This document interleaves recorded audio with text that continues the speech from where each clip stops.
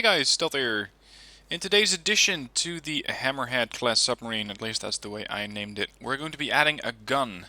Now you may be thinking, what the hell, why would you want to add a gun to a submarine? Personally, I don't do it either, at least not usually, but you can actually add a gun to these things, and they tend to be, well, moderately effective, depending on the type of ammo that you load. The challenge, at least for me on this submarine, is trying to find a good position to do that in. Considering that all of the compartments are already pretty full. If you want to make it a big gun, you're going to need to make a separate containment, or at least a separate compartment for it. And right now I don't really have that room. I don't really want it to protrude into the command room. And having to extend the ship even further, well, yeah, I think that might actually be the best idea. Just extending the submarine a bit more. So we're going to make it a bit longer, not by much. And I gotta say, normally I would recommend building this thing somewhere in the middle. If you don't, then you're going to be facing yourself, or you're going to be facing a submarine that might be imbalanced, which is not really ideal. Now, I'm making this a, let's say a 3x3 opening. This is the area where my turret's going to be. Next up, we're going to add a turret. And this orientation will do. It's going to be an advanced cannon, that is important. I want the gun to be able to fire from underwater, which can be done with a specific type of ammo. And with it, we can also, of course, surface the ship and then fire at surface threats. Let's go with a couple of connectors. Next, I'm going to be adding the firing piece. And I'm going to be adding a 2-meter AA mantlet. Now beware that this thing will cause a ton of drag, and that's why I usually don't add them. They are very, very bad for your hydrodynamics. They can work, and if you have simply enough power in the engine, you can actually get away with it. But normally, I don't really like having a gun on my submarine. I'm not going to make it very big, because I don't want it to start protruding over the missile bay. I'm going to make this a dual 90mm gun. So we're going to use a splitter, and I always get this rotation messed up. I'm going to go with the gauge increase. Let's set this thing to have 2 barrels. And they're currently 2 60mm guns. That's not what I want. I want to have something a little bit bigger. 89mm, there we go. Then, make sure you have at least some room at the bottom, and this is something I usually tend to do early on, add a local weapons controller. Because with this thing, with this narrow compartment that I have, I want to make sure that I have the required room for a local weapons controller. Add a failsafe, make sure it doesn't hit the own ship, and a receiver. Now set this gun up the way that you prefer it. I'm going to have it set to a maximum range of, let's say, 2 clicks. Minimum engagement, or minimum altitude to engage, is none. Maximum is none. Speed is okay. And for now I'm just going to use these settings. Okay, so now we have the gun itself. It has 2 barrels wielding 89mm guns, or 89mm weapons. So let's start adding some additional ammo systems on it, because right now it cannot fire. Considering it's an 89mm weapon, I can probably get away with using an autoloader for 1-meter shells. And it's going to be interesting to see how I can actually fit these on. I think that it's going to be a bit crammy. Let's take off a couple of these hull compartments so I can have a better look at this weapon. Gotta make sure it's no longer or no bigger than 3x3, or it won't be able to rotate freely in the hull there. Alright, let's add it like that. Nope, it's no good. I'm going to rotate it, and there we go, that's better.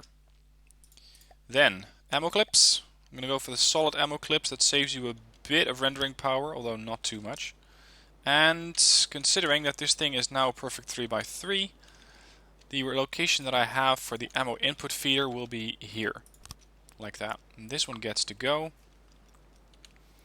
And I can actually add some more of these. So one more of those, one more of those, one more of these. There we go. Now, this thing is not cooled very well yet. I do have a decent amount of ammo, so right now it's time to start cooling this weapon down. I'm going to set up a couple of splitters, because I still have some room over here, although it's not too much, so I can add 2 more cooling units. Like that. Then add, actually disable mirror mode, add 1 more gauge increaser.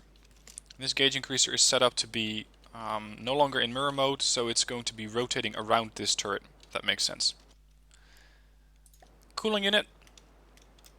Let's find a way to add that. 1 there, and 1 there. And that's the turret. Next up, we need to have the ammo for this thing. Now, I don't really have too many compartments for the ammo. I don't really want to have it in the torpedo bay. Although, no, you know what? Never mind. I have the room here, so why not? It's going to be a bit tricky to see how many compartments or how many customizers I can fit on this thing. Because the shell can only be 1 meter or shorter. So let's test this. AP capped head. It is now for an 89mm shell. Oh, this never works. 89, there we go. It's 712mm, so we can add 1 more. Let's make sure that that's HE, and then AP capped head. 890mm. Can probably add a single more module. So we're going to go again with HE, then AP, and there we go. 1 meter shell rack is needed for this 979mm shell. Perfect. Now we're going to need to be able to fire this thing from underwater. And you can actually do that in this situation, it just won't do very well. So you're going to go for shell rear, and then set a super cavitation base. The super cavitation base removes 90% of the slowdown due to water. It also removes entirely the chance of a projectile skimming off the water. They lower the warhead payloads to 75% of standard, so you are going to be sacrificing some firepower, but that's okay, I don't mind. For the rest of it, I'm going to go for an AP-HE shell, so that's mostly HE warheads, an AP-capped head, and finally an inertial fuse, so it doesn't bounce off of hulls and do no damage. So that's the type of ammo that I'm going to be using. The effective range is 1742 meters, which isn't fantastic, but considering I'm going to be firing from the depths, literally, I don't really need all that range, because the enemy is not that likely to return fire. So let's set this to 1750. Then go back to the turret and select these ammo intakes. Tell the controller to use all of those. You can hear the gun already ticking and clicking. It is starting to load. 4 shells loaded, racked in clips. Now we can start sealing this thing off again. I am going to go for a double hull here. The reason for that is that if these ammo clips go, they're going to go violently. If those things blow up, you are going to notice, and not in a good way. They set off with the power of a small nuke. Now, this is something that I haven't really touched on, but I am going to go into painting mode and set my black hull. There we go. Of course, this rear end isn't entirely modeled well, but whatever. Go for red for the outer sections. And I don't really paint the bottom, but I could, since I'm at it.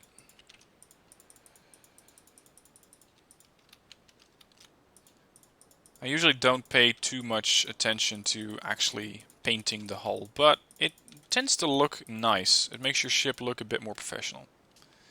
Okay, since I took off the propulsion systems, let's add those back on.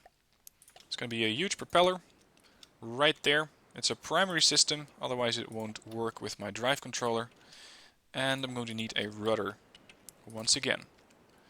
H is red, K is green. Okay, let's see if we can fire this thing.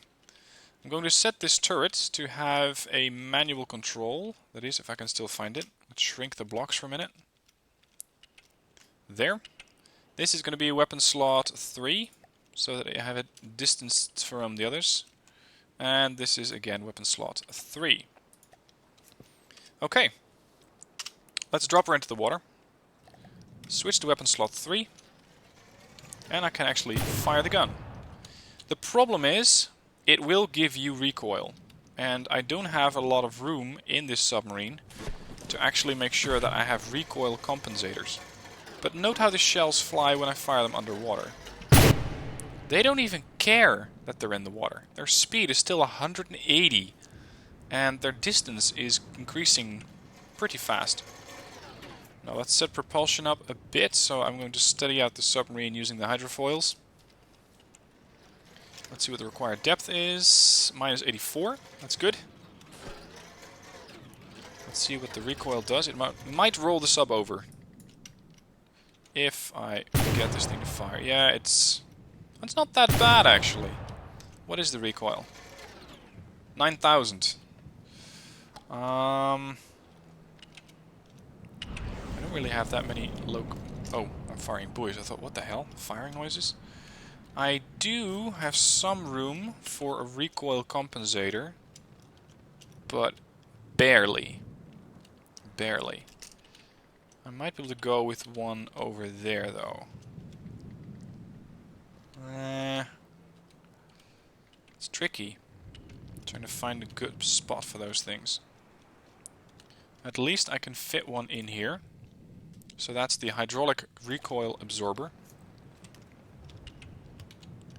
And see if I can manage to fit this thing on the gun. Nope, that's not the right way around. Come on, there we go. Now recoil is down to 8700, which is slightly better, but still not really where I would like it to be. I can also throw on some more here. Let's go for 2-meter recoil absorbers. One there, and one there. Recoil is now 7000, so now we're actually getting somewhere. Let's see about the recoil. The submarine still rocks a little bit. It tends to want to roll, but it's okay. It works. Now I'm going to turn the mainframe off so I don't accidentally start firing torpedoes. And I want to test this thing on a marauder. So let's see where the marauder actually is. That might be it right there. Yep. And I actually did a little bit of damage to it. Now let's only give this weapon system the chance to control the gun. In order to do that, I'm going to tell this thing to switch to a different channel, so it's no longer connected. I only want to test that gun. That means that my VLS is also disabled. If I can find the local weapons controller, that's number 2. These are buoys. I believe that these are AA missiles. Yep, they won't fire at all. Turn the command system on, and it's firing. And it's actually doing damage. Now the beauty of it is that I can do quite a bit of damage to the lower end of the hull. Although you are going to be running into the fact that it might not be as much as you would like, considering that you're only facing 75%. Whoa, I think I detonated his ammo section there. You're only dealing with 75% of the payload. Now so far, I have not taken any damage. The Marauder has taken some damage. But this looks kind of scary. In this capacity, the gun won't do that much damage. In fact, I believe it will never do as much damage as your torpedoes will. And one way that you could set this up... Oop, another good hit there. Considering that I'm only going to be using this thing firing from below, is to have a different ammo type. The ammo type that you could be using is not the APHE, but Sabos. Because, let's face it, most ships, save for the early designs, are made out of metal. And HE is not really going to do that much damage. So let's try switching to a Sabo warhead body. Inertial fuse is no longer required. I'm going to go for a Sabo head. Armor penetration is 16.8. Now, for now, the gun will not fire those rounds yet. Look at the... My anti-torpedo system is going a bit berserk there. For now, the gun won't fire those yet. Oh, look at that. It's actually been able to kill the AI. Using only the gun. Wow, that's better than expected. Boom. Okay, so, I'm going to save the submarine. Save it as the Hammerhead. I'm going to now destroy all vehicles, including the sub, and then reload it. Because that's the fastest way that I've found to actually reload the gun with the shells that you have now selected. So now this thing is firing Sabo heads. Let's make sure that that's actually the case. Yep, armor penetration 15.9. Look at the altitude on these things. Current health is only 8, so it is kind of susceptible to being intercepted by a laser anti-missile system or a laser anti-munition system. But other than that, this thing is quite potent. And I got a hell of a long way from the launching platform today. Let's see what the range is on these. That's my torpedo. Range is now 4,300 meters. Again, we're going to do weapons test once again on a Marauder. Let's see where said Marauder is going to spawn in. Whoa, am I upside down or something? Marauder, there you are. There's the Marauder. Now the problem is that I have barely any speed, and that's why my submarine is tilting. Weapon systems are on, although I have saved it with the other weapon controller set to a different channel, so they won't exactly work. Let's... oh, bloody hell, there's the Marauder. Okay, manual fire then.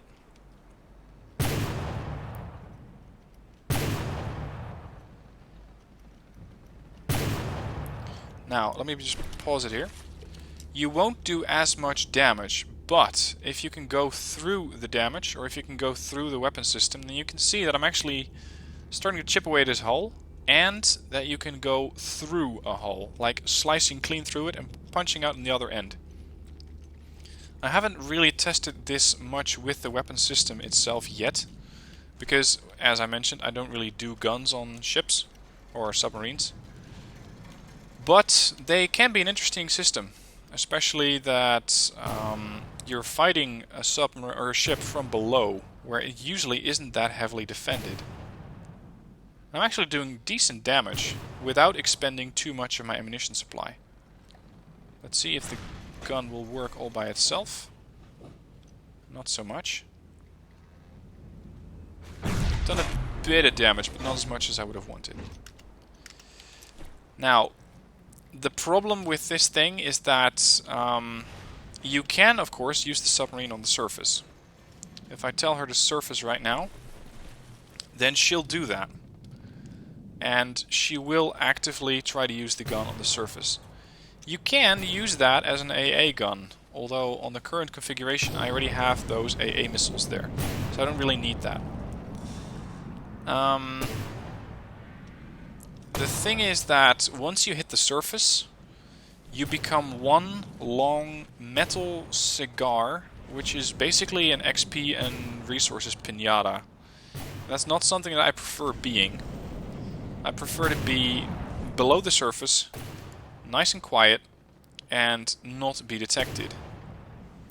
Something else that's happening is that the submarine is not responding to commands as well. Possibly because this turret is messing with the roll angle. That's why the submarine simply will refuse to surface.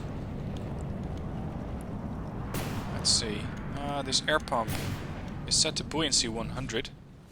But I'm still going down, so the sub might be too heavy at this point. Are these all lead blocks? Yeah, they might be. Look at that! Massive explosions on the Marauder.